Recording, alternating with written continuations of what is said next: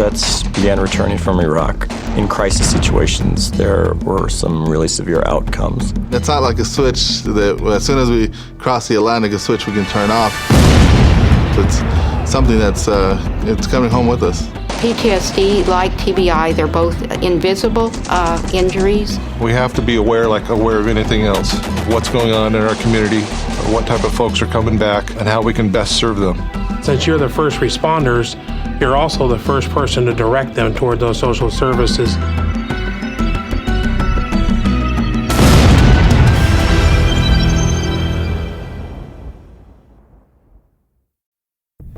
As more and more service members return home from deployment, post-traumatic stress disorder and traumatic brain injury will have a greater impact on law enforcement. My name is Mark Bailey, and I'll be your guide through this training. These returning veterans have fought a unique war, a war where the enemy can be difficult to identify and seldom wears a uniform, and where suicide bombers are eager to die. They have experienced all this while facing repeated deployments. The National Guard and Reserves face even greater challenges. They don't return to a military base with support services. They simply return home to family, jobs, and their neighborhoods.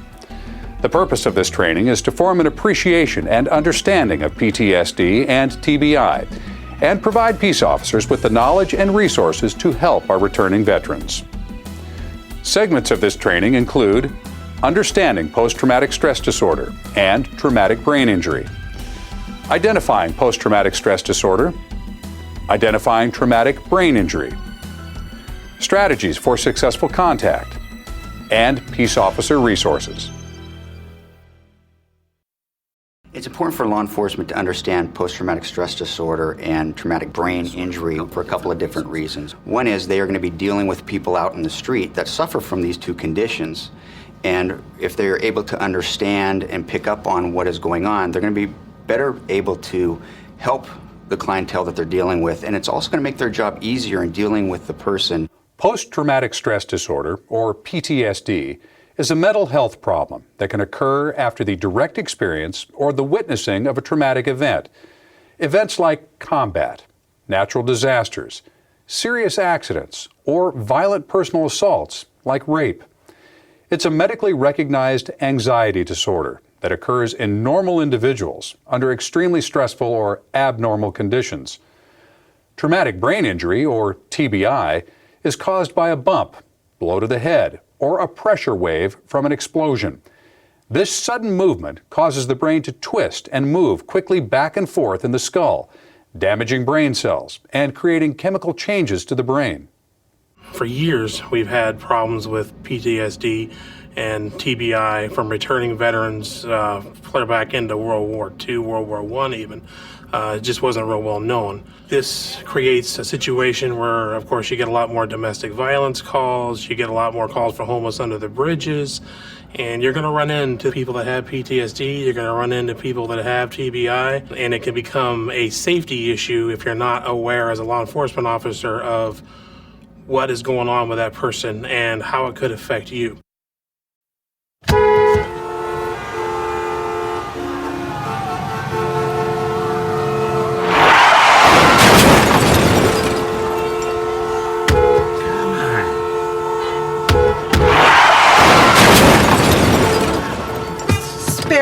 Spare me today.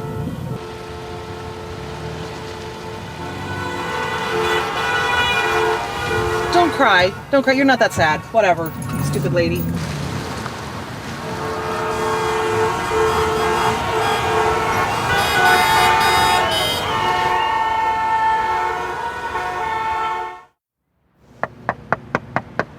Ma'am, roll down your window. Ma'am, roll down your window. River City Police Department. Roll down your window, ma'am. Roll it down. All the way. Is that your ID? Can I see your ID? Go ahead and take it out for me.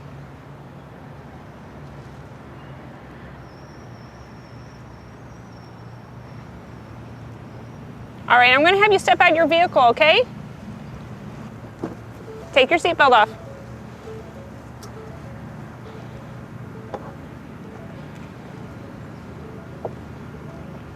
We're just going to go back behind the patrol car, okay? Take your time.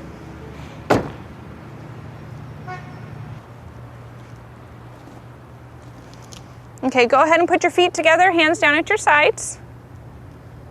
Have you been drinking today?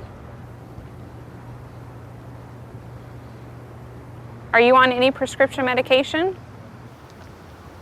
No. All right. Go ahead and run that for me. Sure. 51 King 2, 1027, 1029 AL1. 51 King 2, copy. Last of Gonzalez, Common, ending in a Z zebra. First of Lorena, phonetically Lincoln, Ocean, Robert, Edward, Nora, Adam. DOB 3, 23, 1973 on a California driver's license. When we first pulled up, a bunch of cars were going around you. Was there something wrong with your car? It's not my car. Whose car is it? It's a rental. Are you from out of town? Are you lost? I don't know. Do you know why you have a rental car? My car was totaled. What happened? Accident. Over there. Bad accident. How are you feeling right now? Tired. Nauseous. Are you injured? Does anything hurt? I don't remember. All right, what I'm going to have you do, keep your hands down at your sides. You're going to follow the tip of my finger.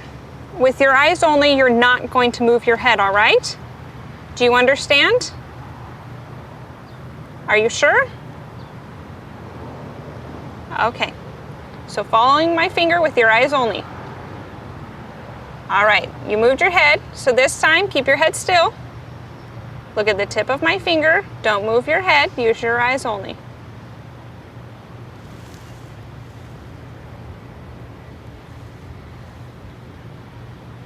Did you hit your head in the collision? I don't know. Did you go to the hospital afterward?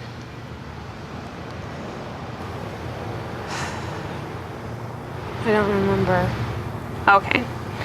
Let's go ahead and contact EMS. There's no sign of alcohol or drugs. However, there is something going on. Okay. 51 King 2, can you start firing EMS for a conscious female with a possible head injury? All right, we're going to have paramedics come and take a look at you, so just relax. It's all right. Everything's going to be okay. All right, we're going to have paramedics come and take a look at you, so just relax. It's all right. Everything's going to be okay. I think when we look, or a lot of us look at PTSD, we think of maybe military veterans. Before looking at this video, did you ever think that it can affect civilians like it did her? I actually thought that the indicators were pretty subtle. So I think that the officers did a good job, because I don't know if I would have seen that right away. The indicators where she said she was involved in a collision, and she pointed to where, I think they're pretty subtle, so I think that you do definitely have to consider that, and I don't know if I would have in that situation. The officer asked really good questions to lead her down to figuring out that she was in an accident. I think that she was leading the lady pretty well, was narrowing it down to what was going on there. Very good. What kind of questions stood out in your mind?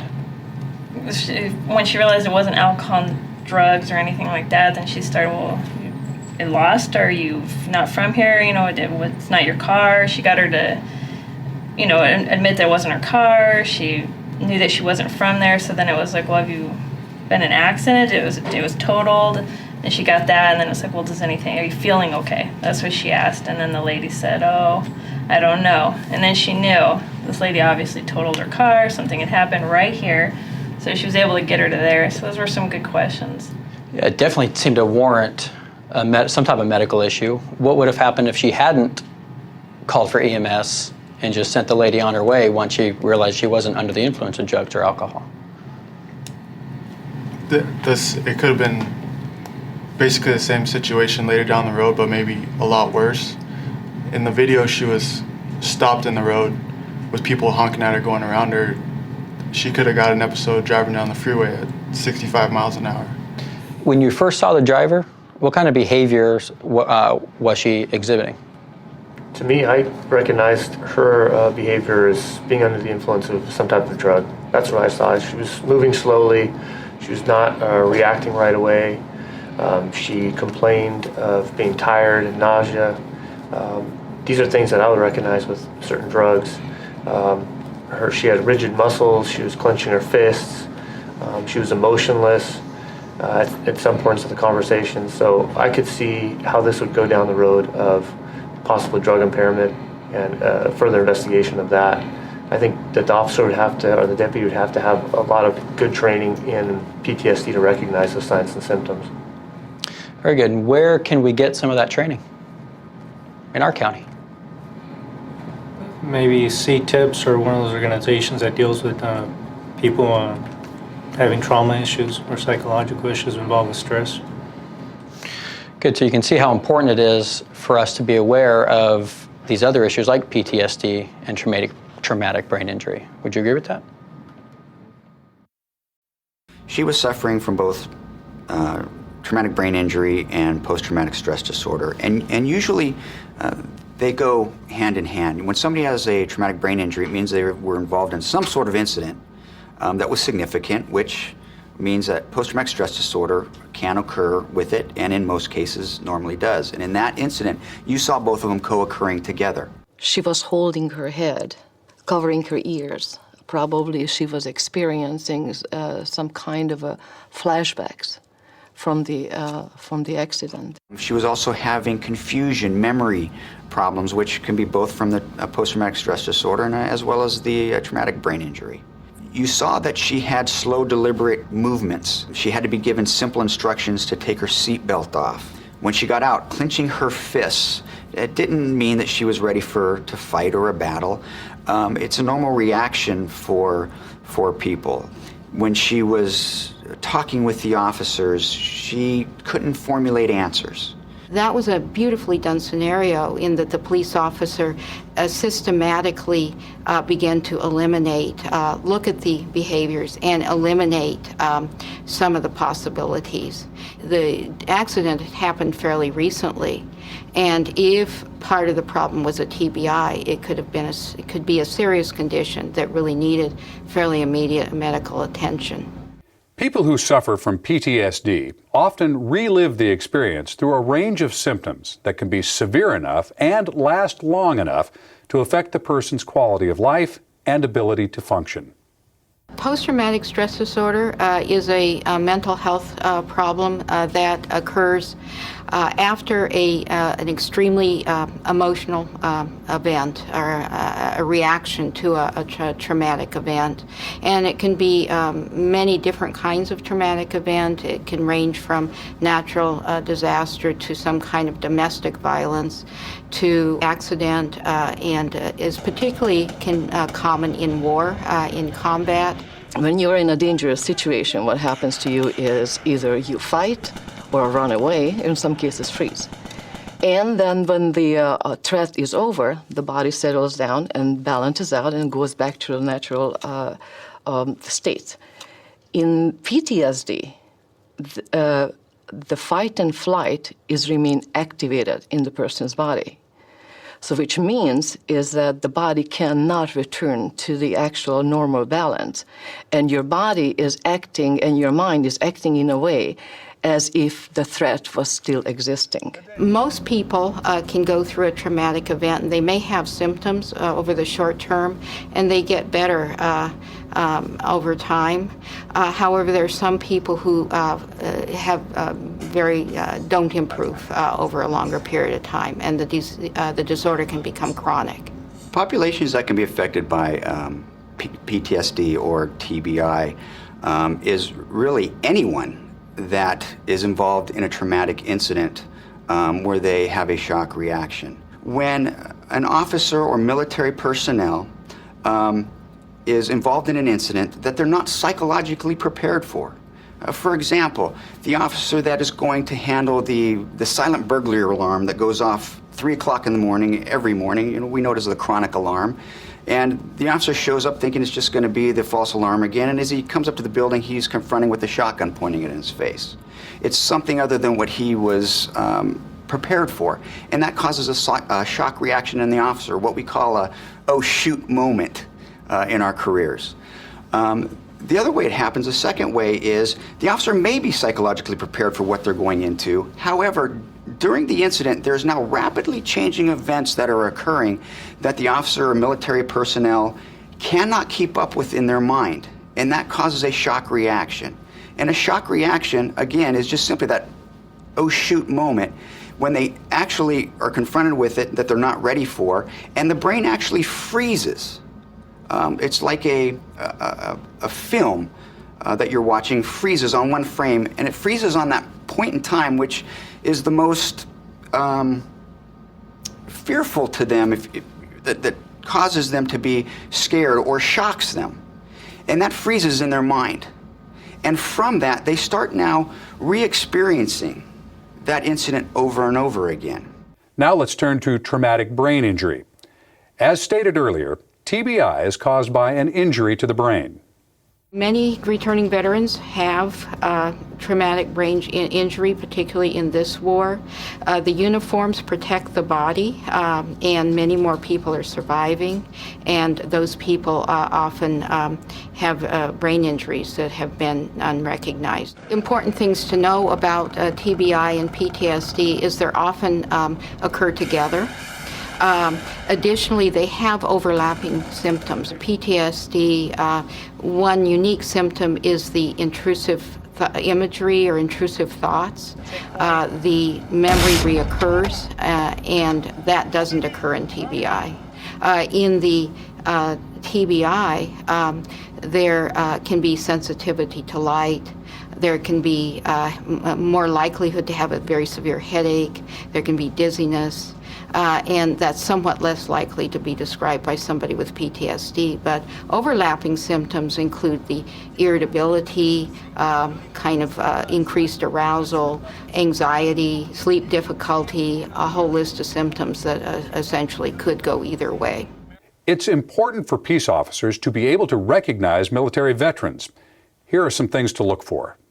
Some of the clues and indicators that can kind of help guide us to know that we may be approaching a combat veteran or a veteran. You see a lot of stickers supporting one of the branches of the military, combat veteran license plates, Purple Heart license plates, and they may have some tattoos, they may have some military bracelets, military hats a lot of the times. Often they'll respond to you a certain way that will give you an indication that they have had prior service or they're currently in the service. They look at you and they'll say, yes, sir, no, sir, yes, ma'am, no, ma'am. We'll often just ask, have you been in the service? What branch were you in?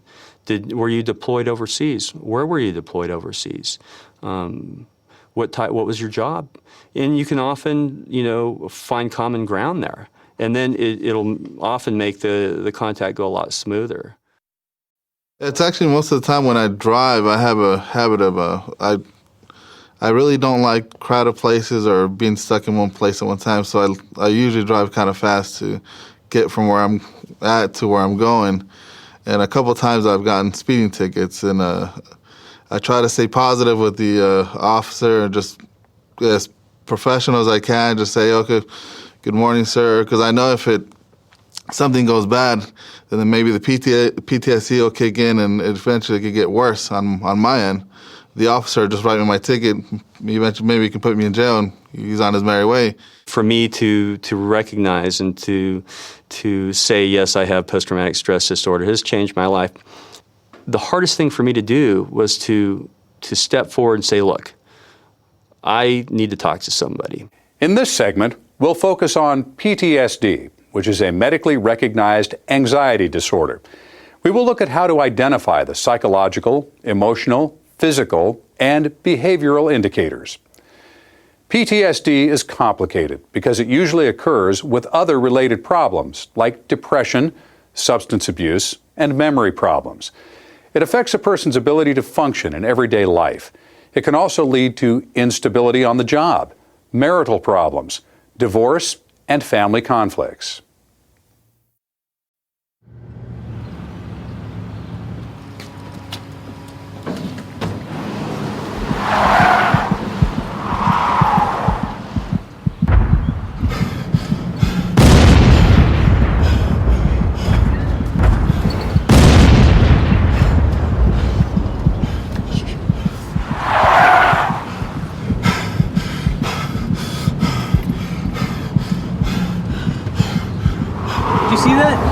believe he just ran that stop sign. Let's get him.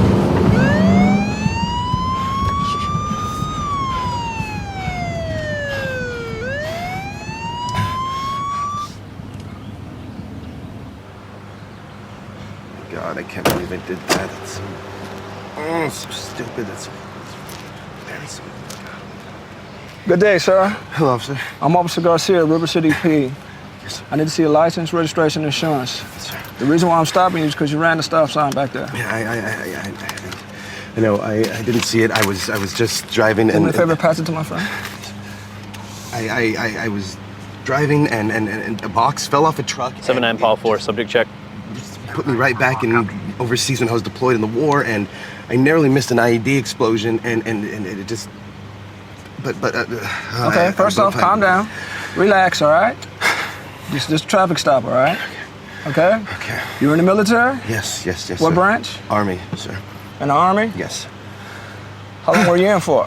4 years, sir. I just recently came home. Just got out. Okay. How far away do you live from here? Just block and a half away or so. But yeah, really close. I'm good though. I'm fine. I've been seeking therapy through the VA, and they've been extremely helpful. And well, we appreciate your service. Thank you. Okay. Thank you. 79 Paul 4, copy, subject clear. He comes back clear. Okay, appreciate it. Okay, well, you calming down. Are you okay to drive? Yes. Yeah. I'll be fine. I'll be. It's another second, another minute or so, but I will be okay to drive. Yes. Okay. All right. Well, I'm gonna cut you a break today. Okay, you're honest with everything. I'm gonna cut you a break. Thank you very much. Do not drive until you feel a little better. All right? Yes, sir. Here's your information back. Thank you. Thank you very much. No problem. Have a good day, sir. Thank you. You too.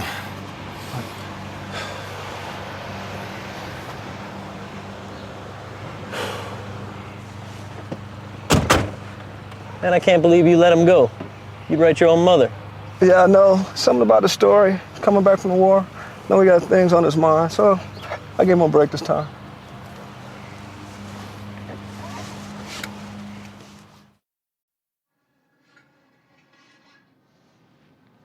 If you were one of the officers that stopped him, would you have recognized the signs and symptoms maybe of what he was experiencing and think it might have been PTSD, or would you think it was something else?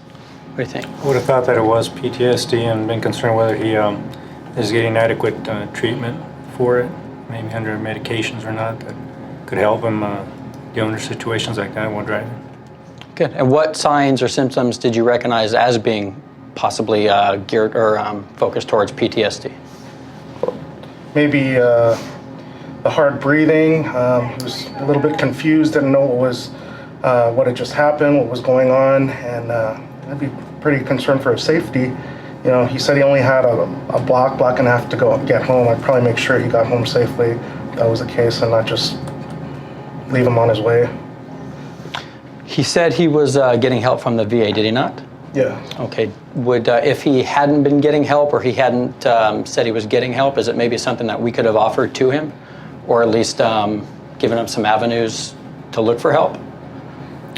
So, yeah, I think that's an important part is to, we might be that one contact that he makes that's going to let him know that he does need to seek some help, especially when he's being stopped for a traffic violation because of it. That might be the turning point for somebody who is on the fence of if they should actually get help or not. So I think it's very important to at least offer that option and let them know that they have that option. What kind of services do we have in our county that we could point him to? We could refer him to the River County VA. They have a good program, as well as counseling, and as well as the mental health of River County. They also have a counseling program in place. Okay, so rather than just saying, hey, we can help you, we can take that extra step further and actually get him that help. Yes. Okay, and good. maybe also reassure him that this is normal, that, you know, people with PTSD, that's common, and, you know, with people who've been overseas, and maybe help him to understand that it's okay to get help. Excellent point. And I think if we keep him calm, in the long run, that's going to either help us with our safety, or maybe another officer that stops him at some point. If he has a bad contact with us in law enforcement, he might be apt to become more violent the next time. Would you agree with that? Yes. Okay. Let me ask this. Would any of you have cited him? I would not. No. You're shaking your head no. I think Why that, not? for somebody that's just come back from being in foreign territory where there's enemies everywhere, he's back home now. You want to have him feel that he is in a situation and where he is safe.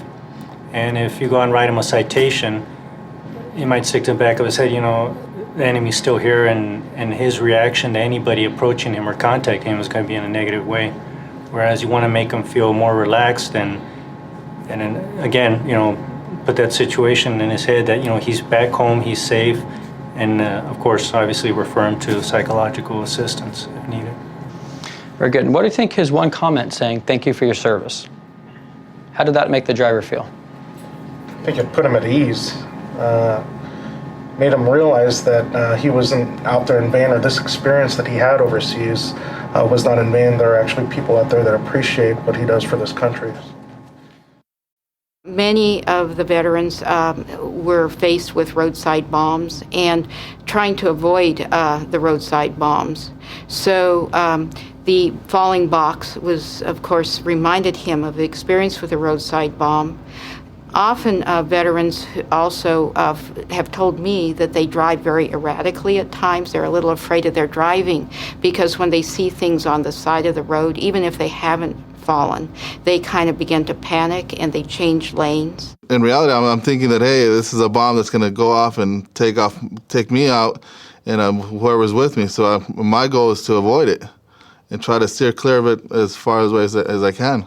This particular veteran reacted to the falling box as if it were to the event that occurred in Iraq or Afghanistan, and immediately had panic anxiety symptoms, which were the rapid breathing, the not noticing what was going on. And because of the experiences I had in Iraq, my intentions are now to drive faster, to move from one point to the other, sometimes switch lanes just in case I see something up the road coming up, trying to avoid it.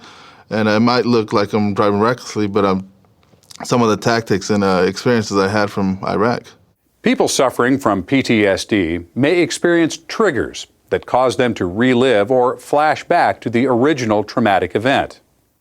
Often anxiety reactions in PTSD are caused by triggers, and it's important to remember that the triggers are really pieces of the original trauma memory. It could be sounds, it could be horns, it could be just an array of things. Almost anything could be a trigger. I've had different situations where it was a word. You'll be sitting there talking to one and you mention the word Vietnam and all of a sudden, oh, there go crazy. A smell can take me right back to a scene every time, instantly, more powerfully than any other sense. I can hear a radio click, and I can hear that, in my mind, it takes me right back to being called for a 9-line and having to run to the helicopter and go. There are many types of indicators for PTSD. They can be psychological, emotional, physical, and behavioral. Some psychological indicators that you may see are, and I mentioned them a little bit earlier, hypervigilance. The person is looking around. They're in a state of vigilance, like something's about ready to happen to them. They can be experiencing anxiety, depression even. It can be one or the other, or mixed. It can be anxiety and depression. You first have an encounter with a person and they seem to be depressed, and as you're going through your encounter, and they may have a trigger of the incident, and it starts bringing up anxiety in them. They're starting to relive the moment. Another thing that is hard to see when a flashback, and when I say flashback, most people think that they're going to have a visual flashback. We all think of the Vietnam veteran with having the visual flashback that the enemy's coming through the wire to get to them. And those are severe flashbacks, but a lot of times flashbacks come back as an emotion. And it comes back as a feeling to the person. It usually comes back one of two ways: a feeling of fear or a feeling of helplessness. And a lot of times officers may just think that the person is just an angry person or has anger management problems, and that's not true. Irritability and anger go with post-traumatic stress disorder, and the person doesn't realize a lot of times that this is occurring in them, and that's very important. And when that happens, another little key here for officers is to, if they identify it, is to have the person, help the person recognize that right now that they're angry. And that will help them de-escalate their anger a lot of times, because they may not realize that they're angry. But suicide by cop, don't let the empathy and compassion get in the way of your officer's safety. And what I mean by that is you can subconsciously let your guard down in those times. Just because you realize post-traumatic stress disorder, you still maintain your distance, you still maintain your officer's safety that you would on anybody at any time. Some of the behavior issues that officers or first responders may experience upon coming in contact with military personnel could be angry posture, clenched fist, maybe a stare look, or pacing, agitation, rambling.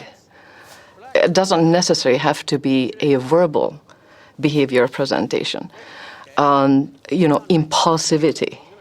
The person may jump from one subject to another, may not make any sense, or may not be fully coherent. You can get physical indicators of anxiety, and in addition, actually, real panic feelings.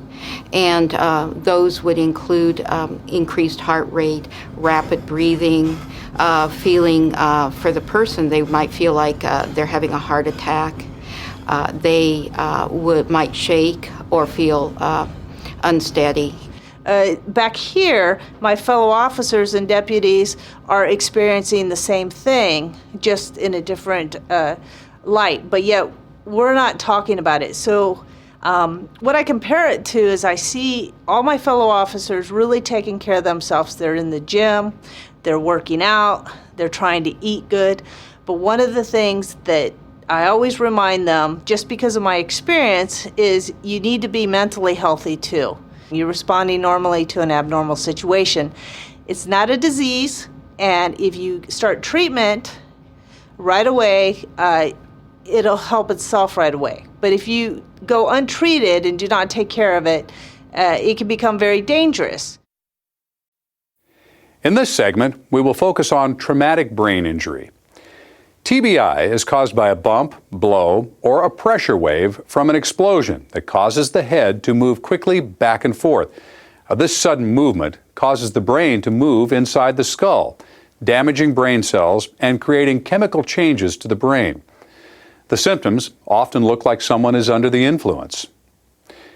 In this next scenario, an actual combat veteran plays the part of a person suffering from a traumatic brain injury. Emmett, you just press this one for the DVD, and then you press this one, and you get the movie.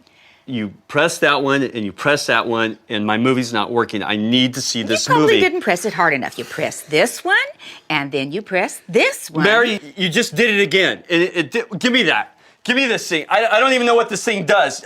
I'm pressing the buttons, and it doesn't work. You don't understand what's going on, Mary. You keep telling me to press these buttons. I don't even know what this is. Mary, I'm really not happy about this, Mary. I want my movie. Do you understand, Mary? Do you understand?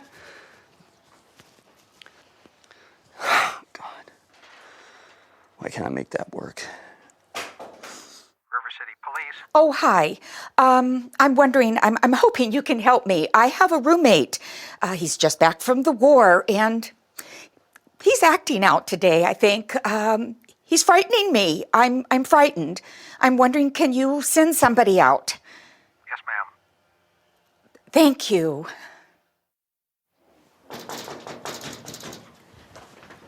Oh, thank you for coming. Hi. Thank you for coming. Won't you come River in? City PD? Yes. Sure. You called about your roommate? Is he Yes. here still? Yes, he is. He's back in his room. Okay, is anyone else in the house? No, we're alone, just Emmett and I. Okay, and he's back over there? Yes, he is. Okay, great. All right. So what's going on today? You know, it's kind of confusing. We were just watching TV and we were working with the remote, and all of a sudden he just kind of exploded. You say explode. Did he push you or shove you or anything like that? Did he touch you? No. Okay. No. He's So no violence, just kind of agitated? I've never seen him act like this. It frightened me that this was not normal. Okay. All right, so you've never seen this behavior from him before? No, but he is just back from the war, so Okay. Well, having said that, does he have any weapons or anything like that? no, Guns, knives? absolutely not. No weapons. Okay, all right, that's a good thing. What we're going to have you do then is probably, since I'm assuming he doesn't know we're here or that we're coming out. No, I didn't tell him. Okay, so that we don't agitate him any further, it would be great if you could call him out, and then when he comes out, just tell him that you called us and why we're here. Okay. And then if you could just wait over there, that'd be great. Okay? Okay, let me call him. All right, thanks. Emmett, can you come out? There's some people here to see you. Emmett? Emmett, I've called these people, and they're going to help you. Hey, Emmett, how you doing? Okay, sir. I'm Officer Lewis with River City Police Department. We're out here because we wanted to talk to you about what happened earlier with Mary. She gave us a call, was just kind of concerned because you demonstrated some behavior she hadn't seen before, so she was a little bit concerned and worried about you. Okay?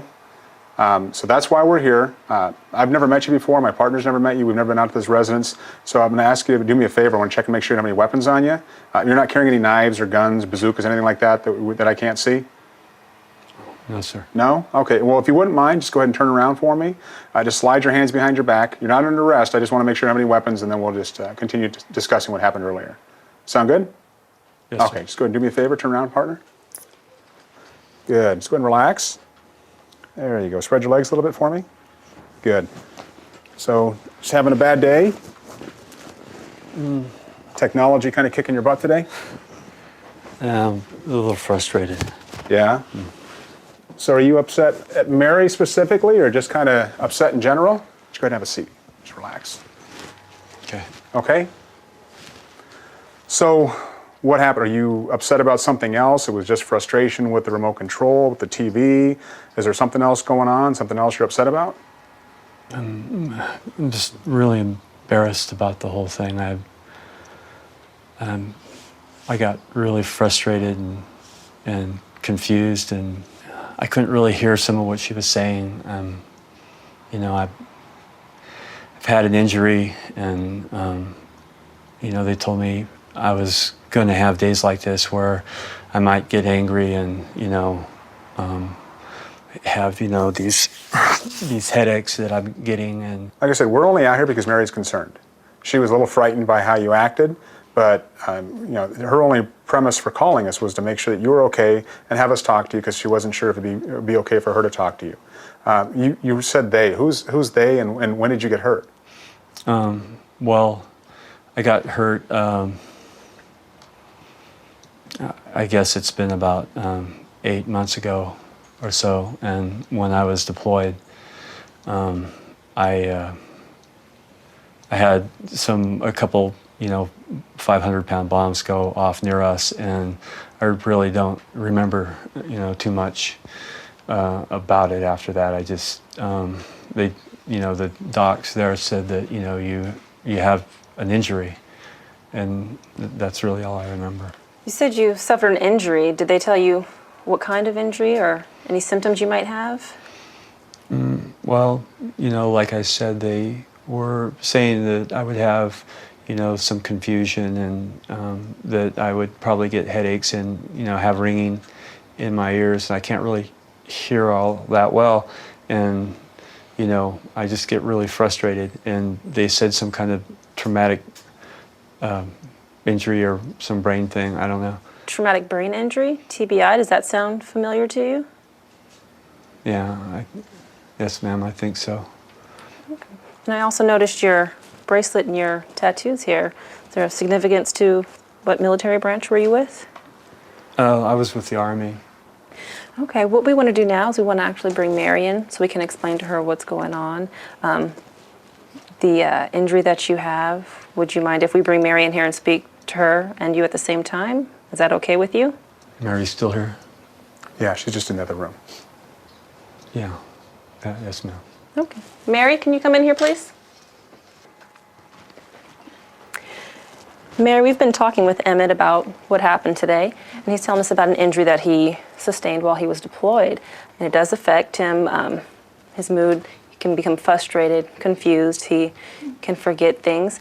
I want to ask you, have you registered with the VA? No, ma'am. First thing you should do is register with the VA. River County Veteran Services has plenty of programs that can help you out. I have a pamphlet here that has a listing and some telephone numbers you can contact. They also have a 24-hour 800 number. Mary, is this something you'd be willing to help Emmett out with? Oh, absolutely. You're willing to do that? We want to make sure that he gets the proper help there. Do you have any questions regarding this? Can I stay here then? Ask Mary about that. Absolutely, yes. All right, so we're pretty much done. Like I said, we came out just to talk to you, see what's going on. Again, that's it, Emmett. I don't know if you have any questions for us. Mary's primary concern was you. That's our concern. We want to make sure you're okay. We want to make sure you follow up with the resources that River County provides for you. Cops coming out isn't always a bad thing. Thank you so much for coming out. Thank you so much. You're quite welcome. You're welcome. All right, bye-bye. All right, premise history is done. If we have to come back out here, at least the officers will know what's happening. That was a good catch on that one. I don't think I'd have picked up on it. Hopefully they both use those resources and they get the help they need. It's a good idea. I think we're going to get a lot more calls now that the vets are coming home. I agree.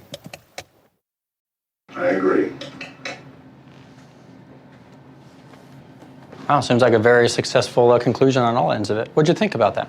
The officers recognized the symptoms of the disorder and guided him in the right direction for him to get help, and also for her to assist him in the necessary help to overcome some of the disorder. Excellent. You said symptoms. What are some of the symptoms that that the officers recognized? The ringing in the ears, the constant forgetfulness, the not understanding and getting easily frustrated. And the one officer picked up on that right away. And it kind of made the other officer aware at the end, because he said he wouldn't have picked up on that at all. So she kind of brought awareness to him as well as the other two, with bringing out the pamphlet and having that information already readily available. So that was nice.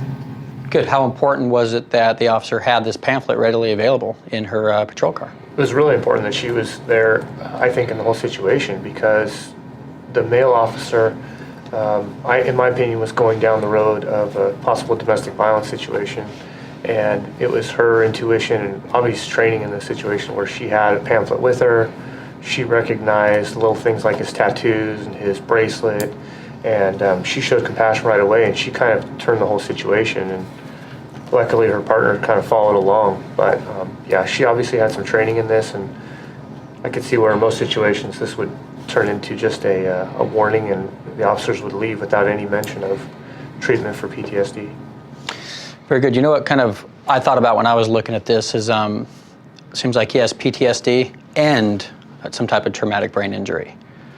Do we sometimes think you can't have both? Maybe it's one or the other? Have you ever thought about that? I imagine they go hand in hand. If you have one, it might lead to the other. But here he obviously was suffering from something that happened in the past, and it was coming back in different ways than it might for somebody else, but it was definitely still affecting him. Was a crime committed in this scenario? It wasn't a crime committed, but I give the female roommate credit for calling in anyways, because she had some kind of inclination that something may occur in the future, and she was smart enough to call in and I think maybe address the situation before it became something worse. And had she not called, the next time he exploded, it could have been violent. And I think she took a good initiative by calling. Very good. How important is it for us, or is it, to educate maybe a caregiver, a roommate, or a family member of someone that is suffering from PTSD or traumatic brain injury? Is it important for us to educate them so they know maybe they know what the signs and symptoms are? And how to handle situations. How to handle the situations, like about the remote, when you see him getting frustrated, maybe how she could handle that differently, so she wouldn't be like, well, you just got to push this and this, and so she's escalating it. So knowing how to handle that is really good for her. The role that I was asked to play was as a returning veteran that suffered from post-traumatic stress disorder and traumatic brain injury. Now, that was based loosely on some of my experiences. Now, I don't have a traumatic brain injury. In this role, what you see is a subject that has traumatic brain injury, somebody that has a slow response, someone that's trying to formulate the thought. One of them that I can relate to is the scenario with the remote control. It's the mood swings. It's when you can be all happy and all of a sudden something's not working out on your end. It's bam, you're in a different state of mind. You're all upset, pissed off that something's not going your way. You feel completely defeated by the situation. You just feel ambushed. As an officer, as a veteran, who wants to feel ambushed? When I mean the situation, it could be something like making dinner and helping my son with his homework. Something that simple. And so it's very demoralizing. It definitely sends you down a path of feeling depressed, of disconnecting with your family, and that sort of thing. Now, let's look at recognizing someone with TBI. Start by ruling out drugs or alcohol. Then assess their mental condition. Do they know who they are and where they are? Can they walk and speak coherently? You can ask questions like, are you a diabetic? Have you been in a car accident? And you can ask family members or friends about any changes in their mental state. First of all, when we hear the word traumatic brain injury, we start thinking that we're going to see a person with scars drooling from the mouth, having a helmet on, something that we can pick out immediately that they've had a huge injury. That's not the case. The symptoms may vary depending on the severity of the TBI. So let me first of all say for slightly more moderate TBI, they might see a difficulty tracking or following orders or requests. They might hear the person complain of headache. Right away, you can start to tell that something's up with the person you're talking to, because the responses that are coming back to you are sometimes slow, or they don't respond exactly to the question you ask. They'll answer some other type of a question. So you know something's up. So you want to rule out narcotics or alcohol. With traumatic brain injury, a lot of the indicators are going to be they can be confused. As you're talking to them, they're looking as they're really trying to process what you're saying, or they're not getting what you're saying. They kind of have that bewildered look on their face to you. They may ask the question over and over again, what did you just say, or I don't understand. You may also see, with traumatic brain injury, if they have too much stimulation going on, it affects them. A lot of times people with brain injuries are very,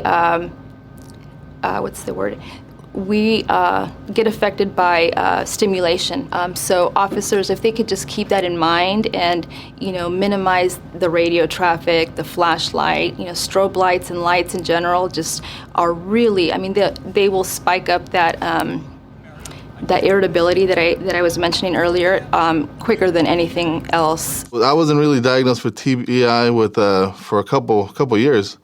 I got medically discharged in 2004. I went back to school, and by 2008, early 2008, I was diagnosed with TBI, and it took them 4 years to realize what was going on and why I wasn't comprehending and retaining some of the stuff at school. The families, again, may notice these sort of subtle kinds of changes in a person who has a traumatic brain injury.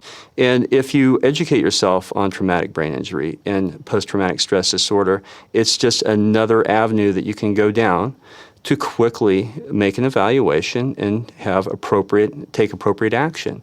If it were a drug scenario, an under the influence scenario, a domestic violence scenario, you know what to do. Educate yourself on post-traumatic stress disorder, traumatic brain injury, now you know what to do. We're in the call management business, and repeated calls are very costly. So we need to come up with solutions and think on our feet.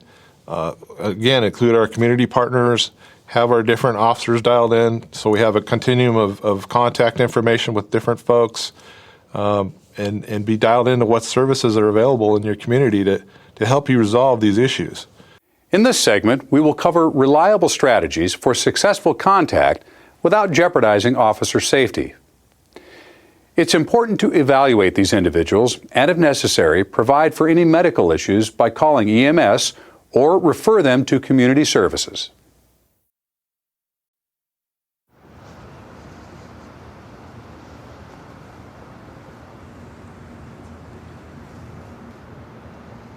Hey, buddy. What's going on? Hey, relax, This relax. is my house. Relax. Okay, I appreciate that. Relax. Relax. No one's here to hurt you. What's your name? Rick. Okay.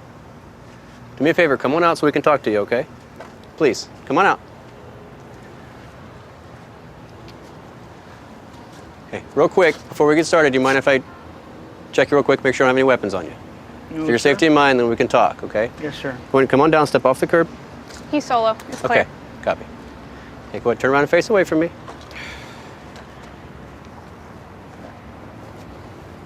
Okay, Rick, do me a favor, okay? Put your hands together behind your back. You're not under arrest. I'm not going to put handcuffs on you, okay? I'm just going to check and make sure I don't have anything on that's going to hurt me. Okay, I'm going to grab a hold of your hands, okay? All right. Okay, go ahead and spread your feet just a little bit. Good. Look away. Look towards your left. Go ahead and relax your hands. Do me a favor, turn around. Do you have any ID on you? Yes, sir. Could I see that real quick, please? Go ahead and get it out. I checked your pocket. Thank you. Go ahead and have a seat. You run him out real quick. I didn't do anything to anybody.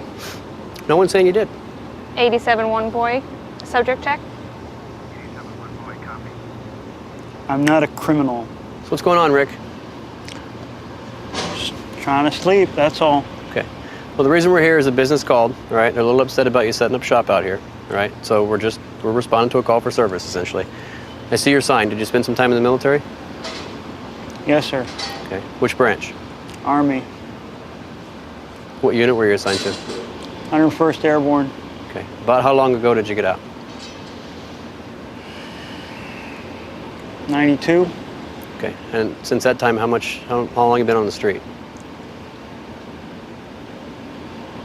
On and off, I don't know. A couple years. Okay. Is that by choice, or do you have a place to go? Have you looked at any of the shelters? I like to be out. Okay. Like the open. Okay. Well, I'm by no means an expert, okay? But I know some people who are. I have some information I'd like to give you, some written information. Are you willing to take a look at it? I don't trust anybody yet. Okay. Well, I understand that.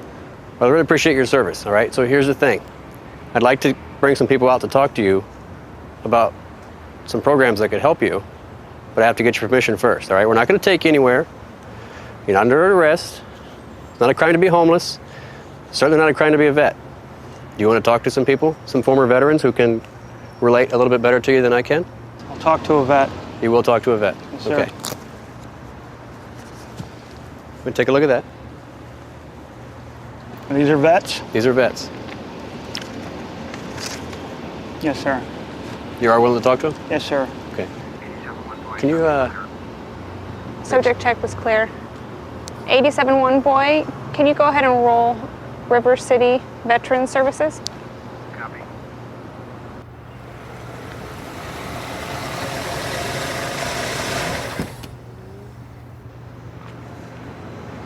Hey, Bob. How you doing, kid? What's up, buddy? Pretty good. Bob, this is my partner, Mary. Mary, this is Bob. I met him a couple weeks back at the Crisis Intervention Training. This is the guy I was telling you about. They have a ton of good programs for vets. So, Bob, this is Rick. This is the guy we called you about. All right, thanks. How you doing, Rick?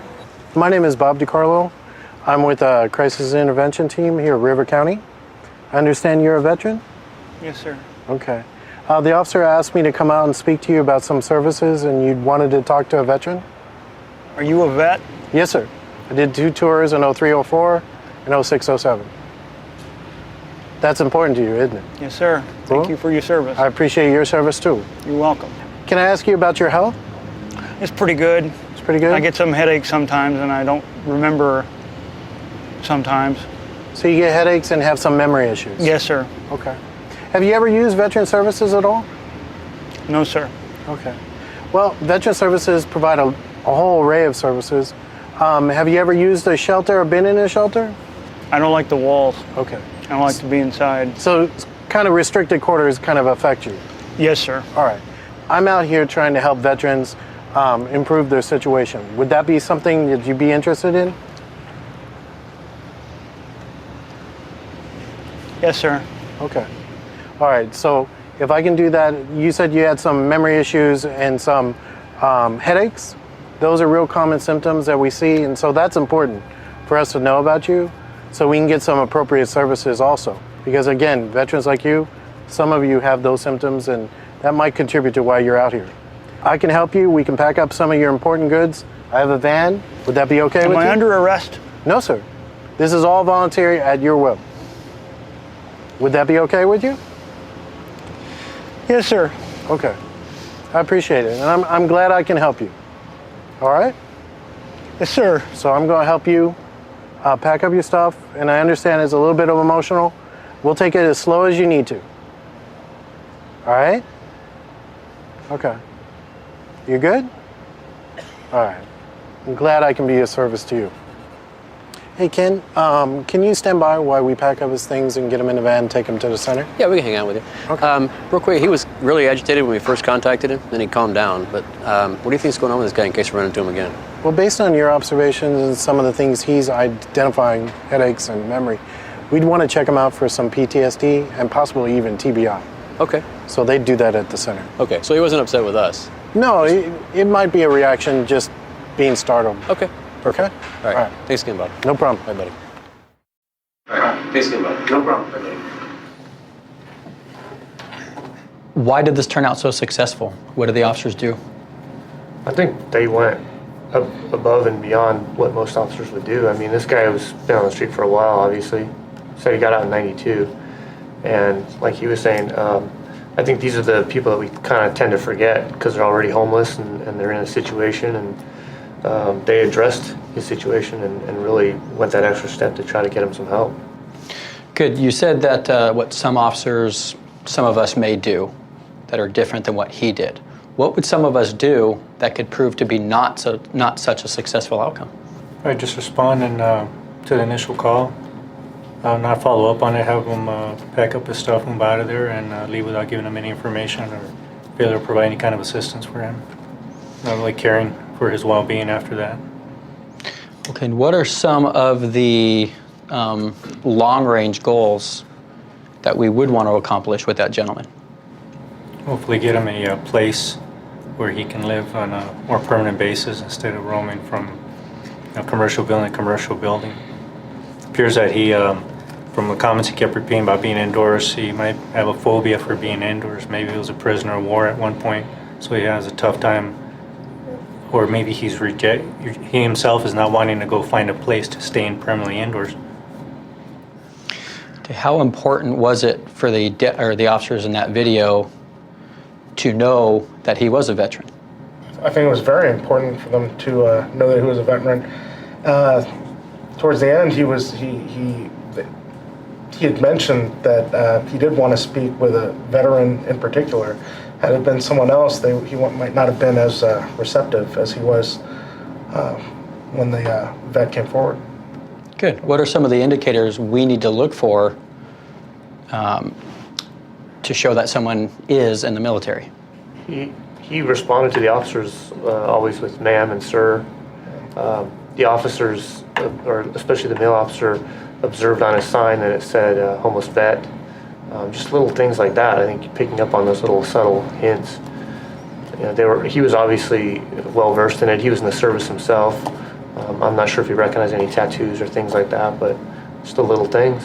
What were some of the key indicators you saw that would lead you to believe that the gentleman in the video had PTSD? He was really frustrated. He jumped up, like he was really defensive, hypervigilant. Just, you could tell that something was happening with him. He wasn't reacting well to what was going on. Did you feel the gentleman's reactions were normal given the situation of the deputies or the officers walking up? Seemed a little exaggerated. He seemed kind of agitated. He got frustrated easily. This officer did exactly the right thing by calling out a outreach worker, a vet service worker in this case. If you have that access available in your community, that is the best way to make sure that the police department and the social services are working together to get that vet on the road to recovery. There is, once he gets into the vet system, there's very little chance we're going to see that guy ever out behind that building again. Sometimes they have trouble accessing services because I found that you have to kind of go to them. The veteran has to go to them. So you as an officer are going to need to know where those services are. And sometimes it's as simple as like, hey, I'll give you a ride there. Right? But if you're going to start doing that, you want to make sure that you're not pushing them into it, because the uniform that you're wearing is a powerful tool, and people will say yes to the uniform and not to you. They're saying, yes, I'll do whatever you say just to get rid of you. And that's not what we want. We want them to go to the VA or to go to services because they want to go. The officers need to know that it's okay to arrest people. I go, just because they have a mental illness or just because they have PTSD or just because they have a traumatic brain injury, if the crime was committed, our job, we arrest people. I mean, we still do that. And as an initial officer on the scene, that's important to remember. When contacting individuals with either TBI or PTSD, it's important to set the context of the encounter and state calmly and clearly why you are there. When an officer interacts with a veteran, anything they can do to improve the rapport between themselves and that veteran is going to have positive effects. If you're a contact professional, you get out there and you want to make your field assessment with these folks. You do your officer safety, you get the environment stable that you're in, and then you start developing further with this person that you're dealing with to try to resolve the issue. Just like we would do with any other enforcement contact, you need to assess your contact at the time and change your behavior accordingly. If you are doing something that seems to be agitating to them, change your strategy. Don't escalate your tone or your actions to meet theirs. Instead, if they are amped up, and this can go with any contact, bring your reactions down. Talk quieter. Because a person that's amped up and they're yelling at you, if you talk quieter, they have to listen, and there's only one way to listen, is that if they calm down and be quieter. You probably want to give them a little bit of space, give them some time to answer the questions, because as police officers, we tend to rapid fire on people, ask them question after question after question. You really want to give this population time to answer the question. A lot of the times when I've come across homeless or combat veterans on the street or things like that, one of the first things I ask them is, how is their medical health? Are they able to understand me at the time? Are you taking medications? And if so, what type of medications? Or if I don't really understand the medications at the time, I can just say, when's the last time you had your medication? With veterans, it can help to de-escalate the situation by acknowledging them and thanking them for their service. Now let's look at the technique of validation, which can be an effective way to de-escalate any situation. One of the most important skills that one can learn is validating the individual who is in crisis situation. When we are validating someone, we're actually acknowledging and accepting the person's unique identity and individuality. We are letting the person know that we are here to help, we are here to listen and understand. It's a rapport building technique, yes. Could be, tell me a little bit more about it. Can you tell me what's going on? Is anything that we can help you with? Or let me understand your situation. Or you just nod your head, you just say, that's interesting. Or paraphrasing, letting the person know that you are actually attending to and you're listening. It's also important to consider nonverbal communications. Avoid escalating the situation with facial expressions or posture. As a contact professional dealing with a returning veteran, obviously they're going to be at a higher training level, a higher skill level. They're going to use those skills or have heightened sensitivity to what's going on around them. They still may be in some type of combat mode. So you want to dictate or set the context, use your officer safety techniques, and diffuse the situation. You may be more prone to reacting violently or reacting in in a negative way. They may not recognize you as law enforcement officer, so we can come up, we could startle them, we could confuse them. We could also walk into a situation where maybe they're having a flashback. It's just to be patient with us, so they understand where we're coming from. Some of these guys and girls are just getting off the plane. Last week they were in a bomb incident. This week they're back in the U.S. and trying to make that change. It's kind of hard. So just be patient with us. Give us a little bit of time. Understand where we're coming from. And I mean, it's not in our intention to hurt anybody else. It's just the experiences we're coming home with. We are all aware of different cultures in our communities, and peace officers are used to learning about and adapting to these different cultures.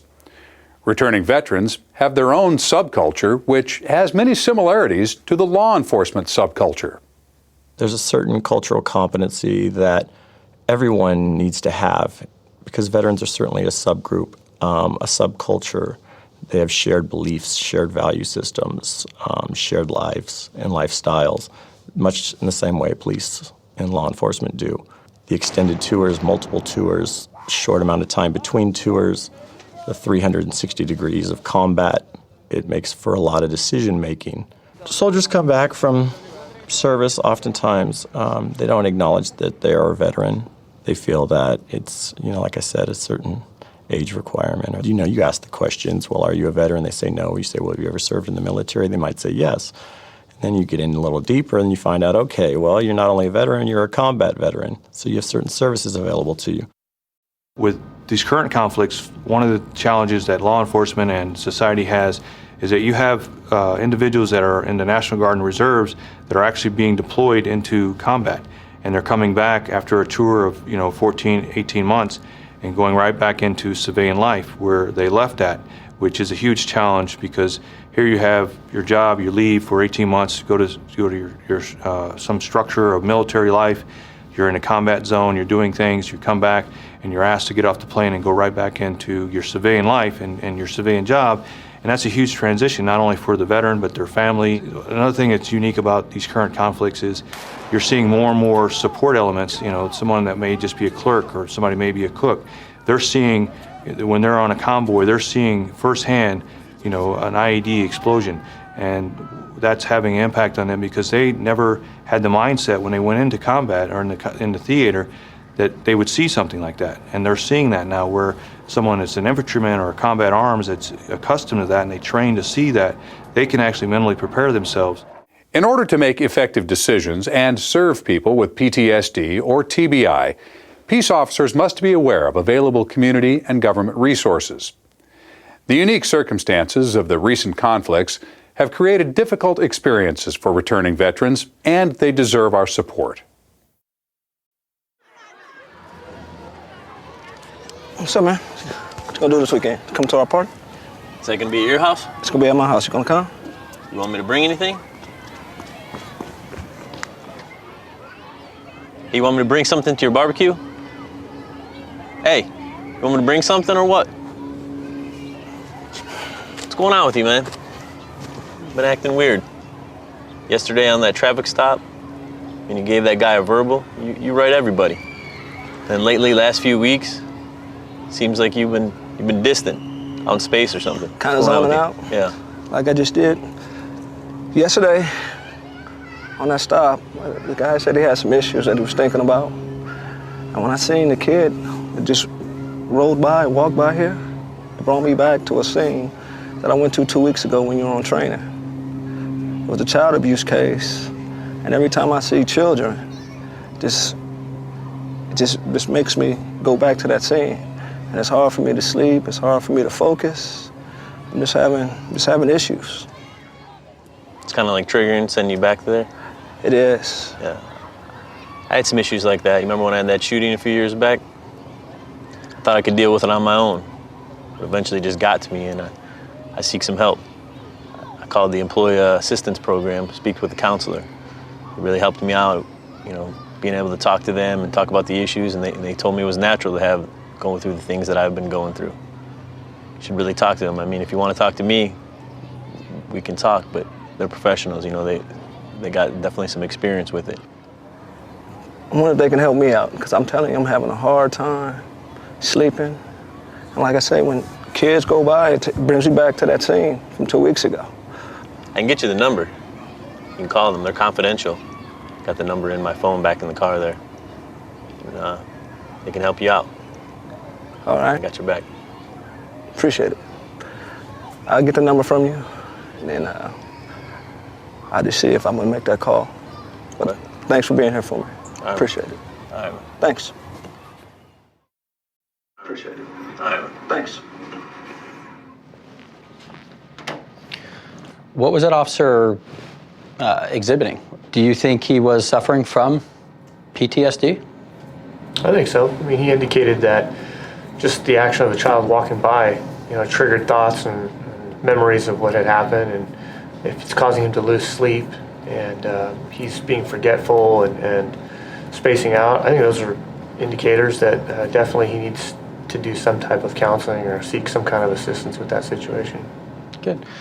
As deputies, are we always compassionate with one another? No. I think we tend to joke around, and it might have been something that you could just tell somebody, hey, yeah, whatever, you'll get over it. But this guy was a good partner. He went that extra mile and didn't take the situation very lightly. So I think that was good.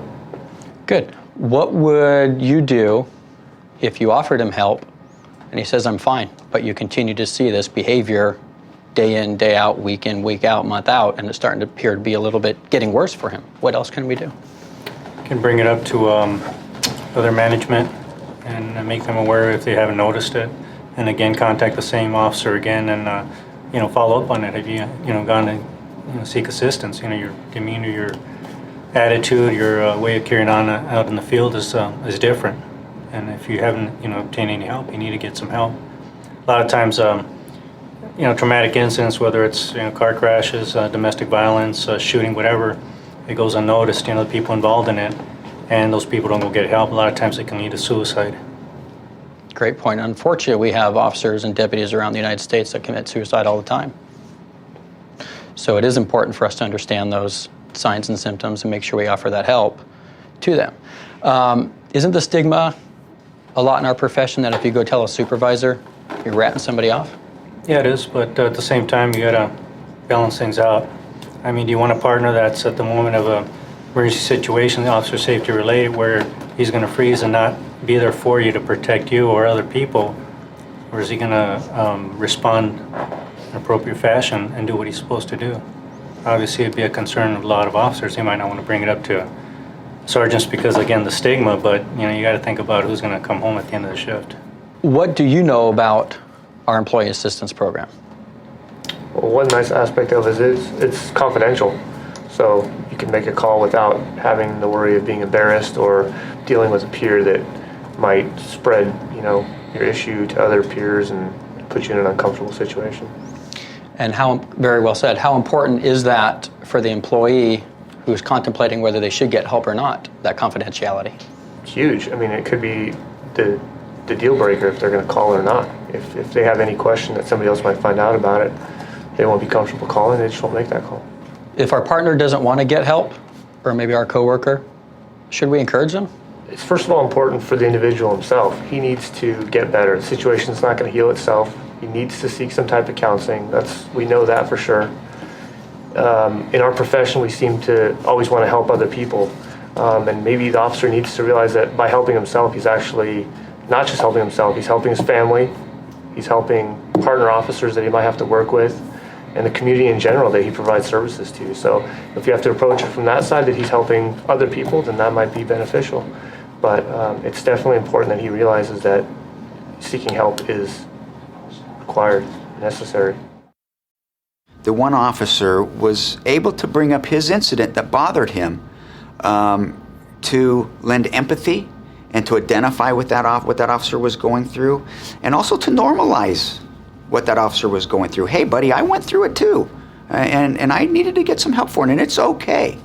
And I bet as I'm sitting here, most of you, when you saw that, probably flash back to a time in your career of that one call that stuck with you no matter what it was, or 10 calls or 15 calls, depending how long you've been doing the job and where you work.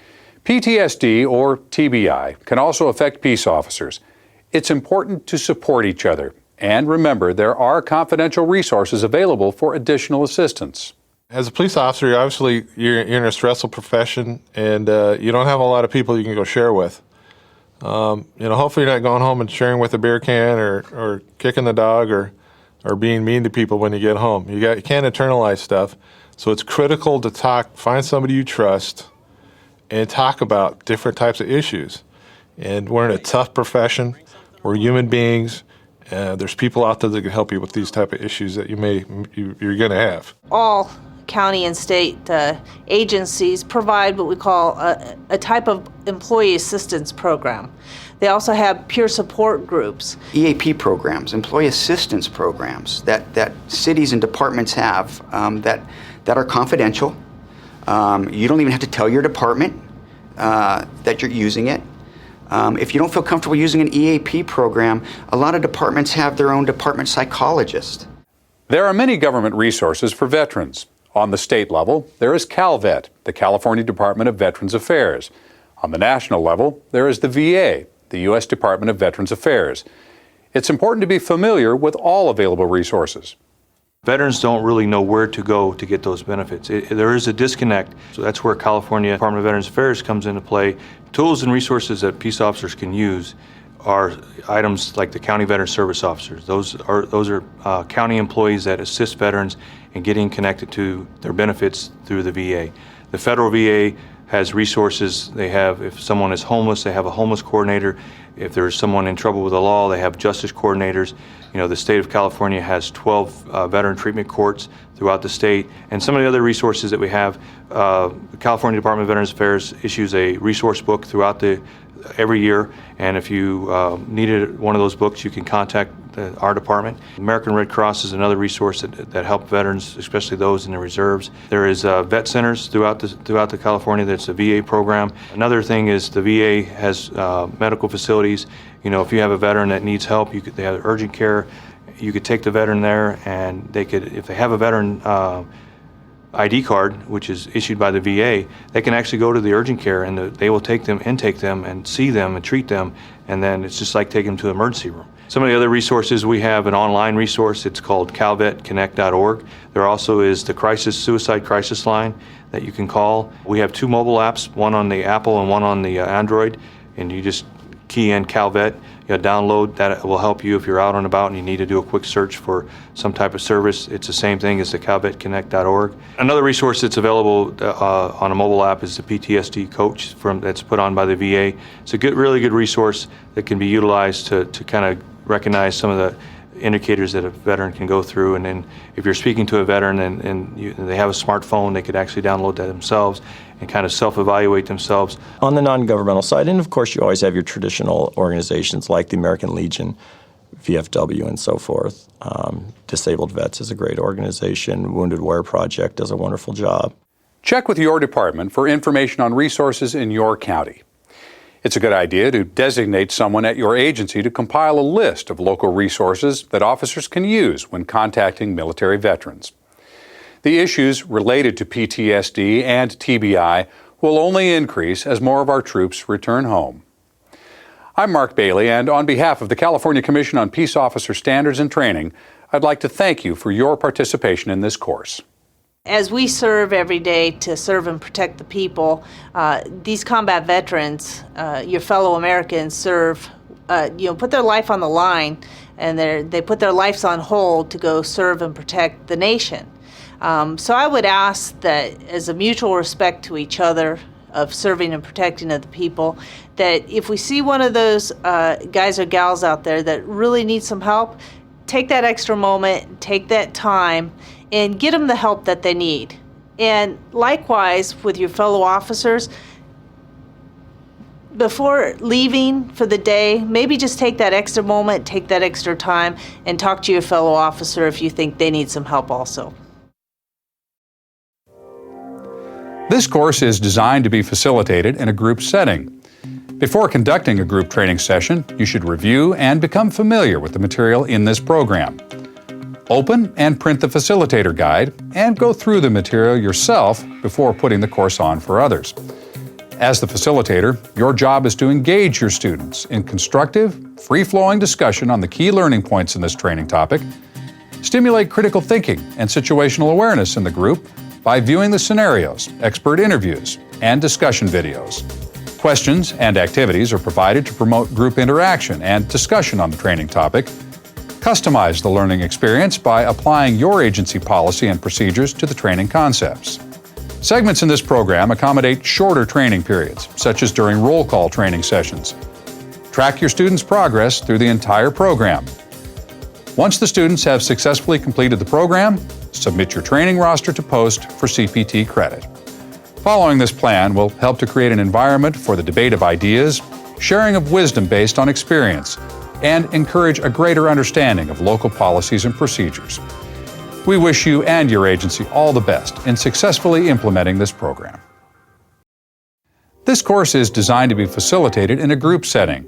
However, when that is not possible, here are some instructions for getting the most out of this training program so that you may receive continuing professional training or CPT credit.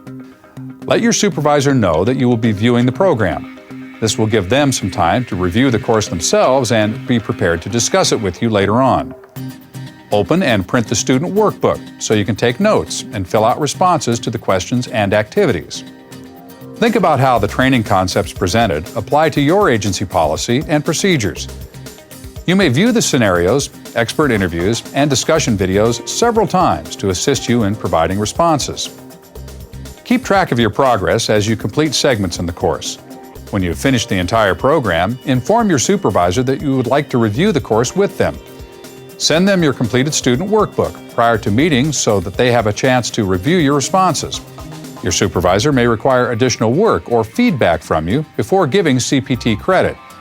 It is up to their discretion to determine whether you have adequately completed the course. Following these instructions will give you the best opportunity not only to receive CPT credit, but to grasp the training concepts, benefit from the experience of others, and apply the training and experience to your local policy and procedures. We wish you and your agency all the best in successfully completing this course.